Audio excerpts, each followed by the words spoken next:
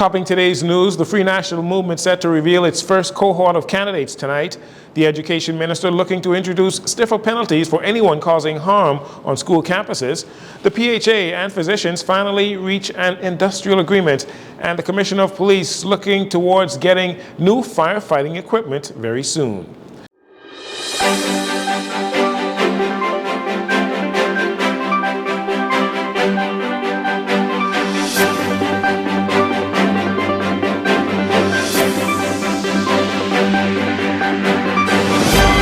Political circles are buzzing today with the anticipation of the Free National Movement announcing its first group of ratified candidates tonight at the party's Mackey Street headquarters. There's only been speculation, but no one outside of the F&M inner circle knows for sure how many candidates will be launched tonight and for which constituencies. The party made the announcement of the launch on Tuesday morning. The F&M has spent the past few months vetting and training potential candidates for the 2026 general elections. The party said the dynamic and diverse slate of candidates represents real change and people-centered leadership. Leader of the opposition, Michael Pintard, will address supporters as the F&M continues to bring its message of change, transparency, and accountability. Following the tragic incident on Friday, June 20th, where a principal was brutally attacked by a parent during Report Card Day on Grand Bahama, today, Thursday, the Minister of Education, Glenys Hannah Martin, updated the media on the latest circumstances surrounding the disturbing incident and what the Ministry of Education intends to do. It's a very egregious, unacceptable incident, caused tremendous harm, physical and psychological, to someone who has given her life in service to teaching children and has been through the islands doing that.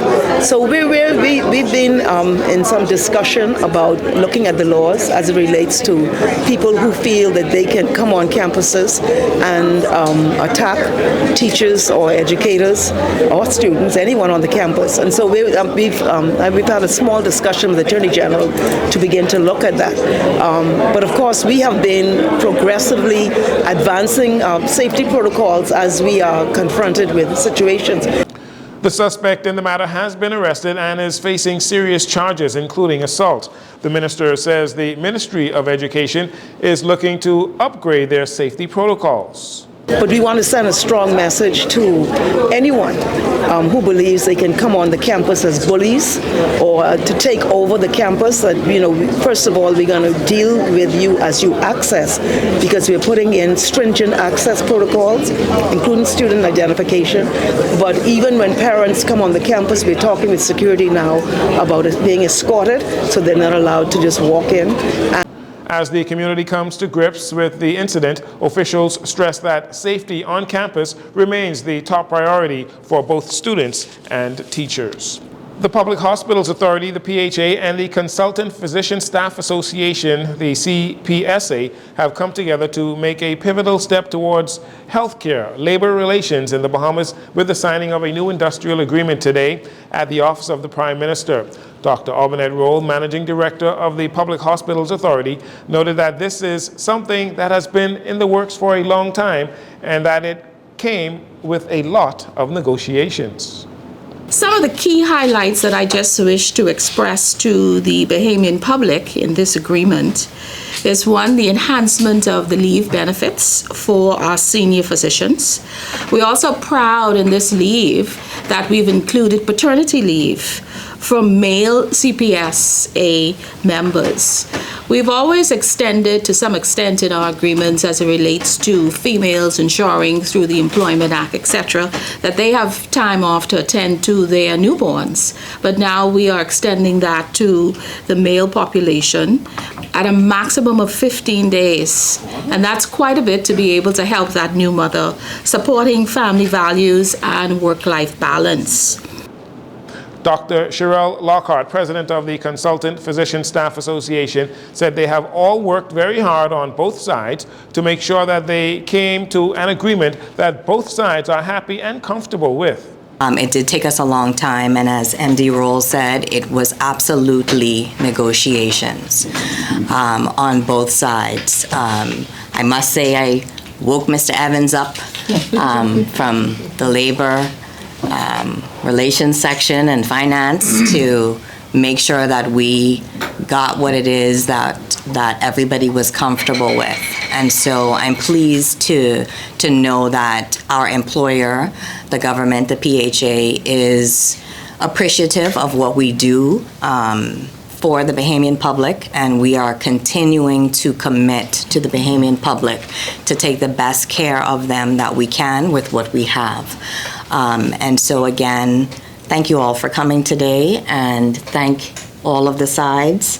My team, big thank you for your help, for your push, and for your support.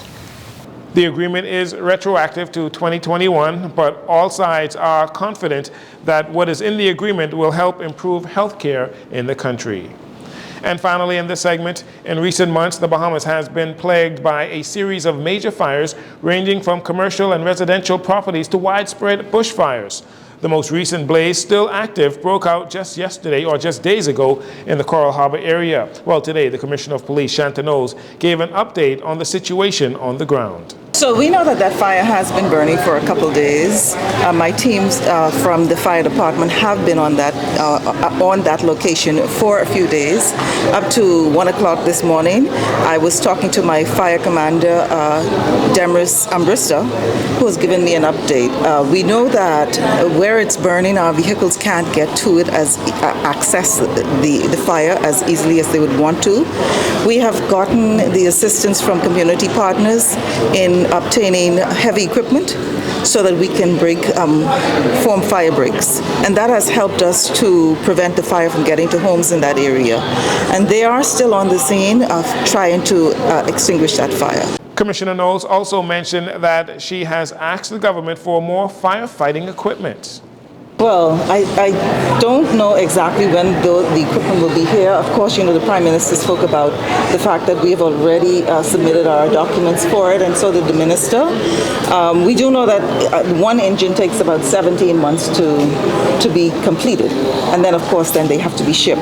But I've asked for about 21 pieces of equipment to come to us, which includes 4 tankers, 3 ladder trucks, and then, of course, the others are pump trucks. And so hopefully, and they will all be outfitted with gear for our officers, and hopefully we can get them as soon as possible. But of course, you know that the budget has just been completed, or almost completed, and then we will move further ahead with that.